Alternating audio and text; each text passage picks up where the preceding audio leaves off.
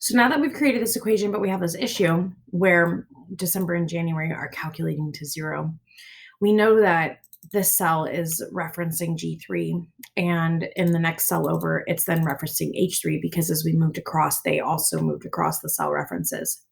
So before we get in here to fix this, I want to go ahead and kind of show you how this works and how we could change it. So I'm going to go ahead and create a new sheet, and we're going to go ahead and call this reference types. The reason I want to do this is because I just want to showcase like how things move going up and down, left and right, and then how you can adjust them. So we're just going to create a quick multiplication table. So starting in cell B1, I'm going to put the number 1.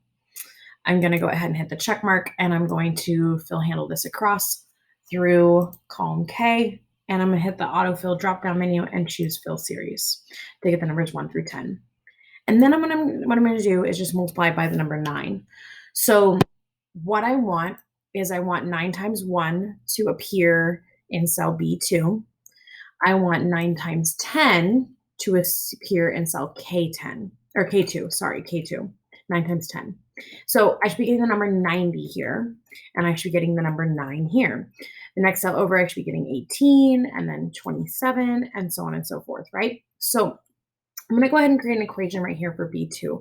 Now, we know Excel is a calculator. We know it can do these calculations. We know it can use cell references, and we want to just control it a little bit more. So we're going to do an equal sign, and I'm going to take A2, and I'm going to multiply it by B1. So I can't click in B1 right now, so I'm going to type in it.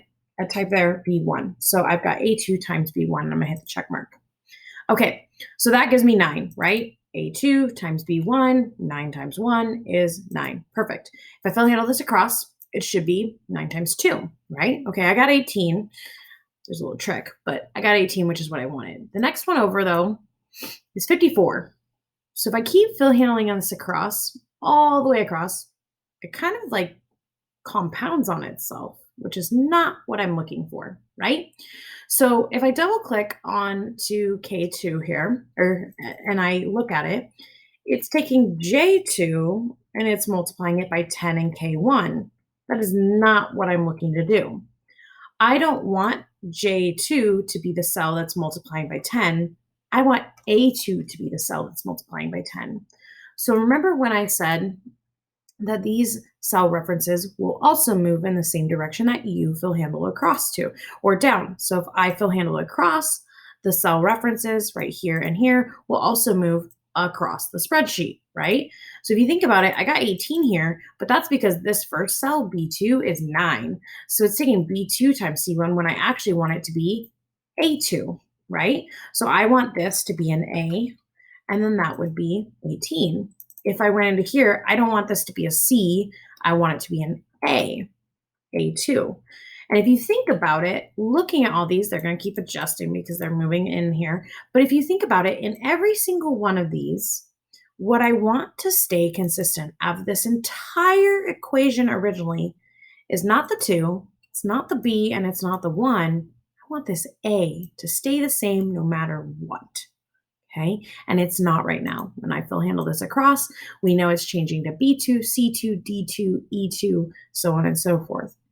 And that's because if you think about it, I fill handled from column B to column C.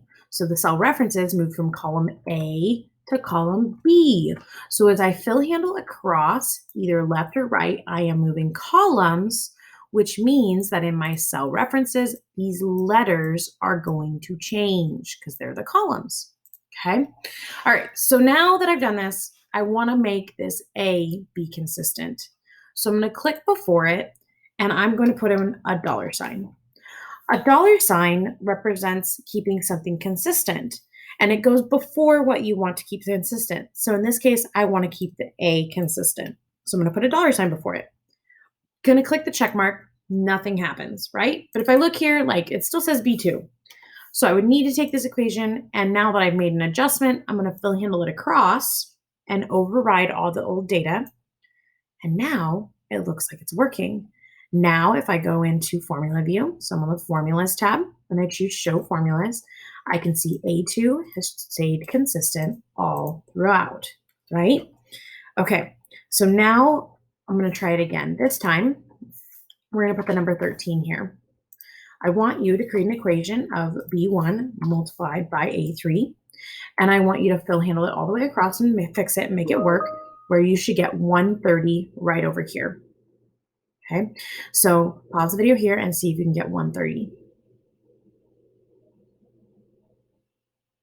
All right, so when we're doing this, we're going to go ahead and think about what do we want to keep consistent. I want the 1 to change to a 2, to a 3, to a 4, to a 5, to a 6, but I want 13 to stay the same. As I fill handle across, the B will change to C1, D1, E1, and that's what I want.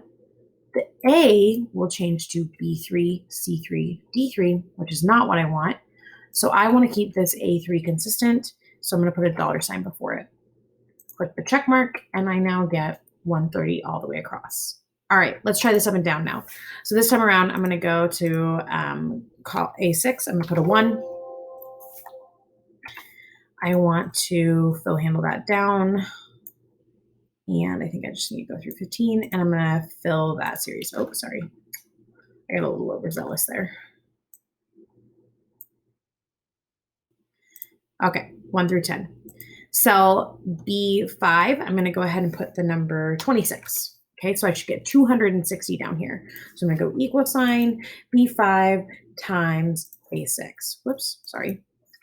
Times A6. I want you to see if you can make it work. So pause the video here and try to make it work so it fill handles all the way down and works, and you get 260 right here, taking B5 times A15. All right, so thinking about this, what do you want to keep consistent? Is it the A6 or the B5?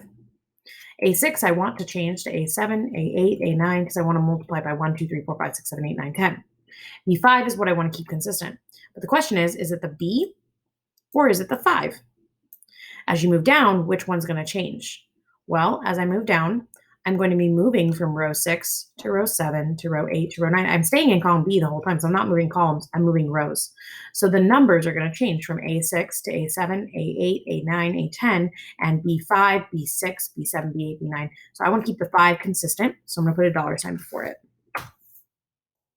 Now I can actually double click to flash fill because I'm going down now, and I get 260. So now let's try it again with like 37. All right, this time we're going to go ahead and take A6, multiply it by C5, pause the video here, see if you can make it work. The question you need to ask yourself is, what do you need to keep consistent? In this case, I want to keep C5 consistent. I'm moving down, which means I'm going to change rows, which means the 5 is going to change to 6, 7, 8, 9, 10. So I'm going to put a dollar sign before the 5 in C5, hit the check mark, and flash fill, and I've got all the way down to 370, keeping C5 consistent across the board. And that is what we call a mixed reference. A mixed reference is where you have one cell that has a dollar sign as part of it, like either in the column or the row, keeping it consistent.